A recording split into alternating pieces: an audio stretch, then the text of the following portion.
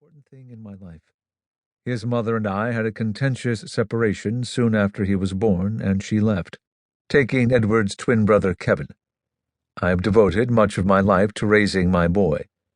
I have been very fortunate financially, and want for nothing material. But Edward has advanced kidney disease, and without a transplant, I don't believe he will last much longer. I would give every penny I have to keep him alive. And how can we be of help? Asked Lowell. His blood type is quite rare, something he inherits from my side of the family, and we haven't been able to find a donor match. The most difficult part of a transplant is the body's tendency to reject the new organ and the antigens that form the human leukocyte antigen, or HLA, system. But because Edward is an identical twin, his DNA is indistinguishable from his brother's. His body would not reject the kidney. It would recognize the new organ as if it were his own. You have our full attention. Please. Lowell waved his arm. I'm a surgeon by trade, and have performed countless transplant operations in my career. I'm a firm believer in the donor program.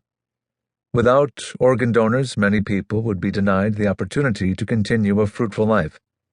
I've signed on as a potential donor myself.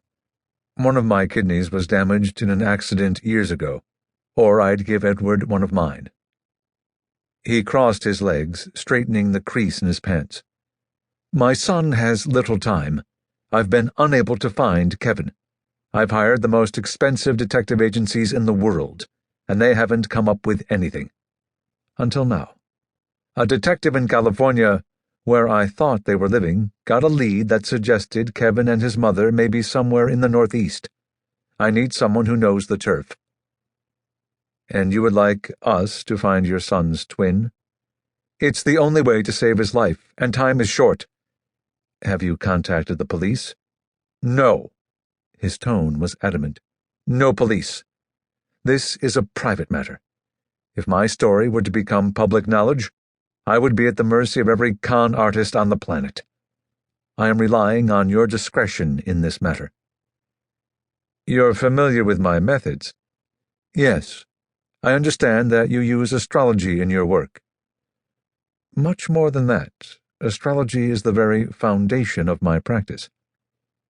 I have little knowledge of it one way or the other, but I pride myself on being open-minded. Your reputation precedes you, and frankly, I'm in no position to question your methods. Time is not on my side here. Lowell turned to his computer. May I have your son's birth information? They were born in Princeton, New Jersey on June 10, 1999. Kevin was born at 3:30 a.m. Edward followed at 3:44 a.m. Appropriate to arrive in Gemini, the sign of the twins, said Lowell. Are you certain about the birth times? I delivered them myself, so yes, I'm quite positive. Dr. Williamson, your case is intriguing, and I'll look into it. But I will not take $1 million if I fail to find your son. Then I insist that you hold it as collateral. You may return some amount if our relationship concludes unsatisfactorily.